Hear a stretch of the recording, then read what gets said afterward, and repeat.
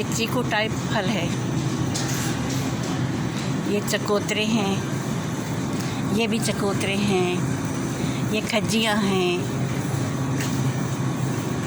ये बेरीज़ हैं, red berries हैं।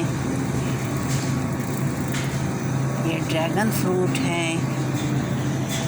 ये ब्राउन नाशपाती है।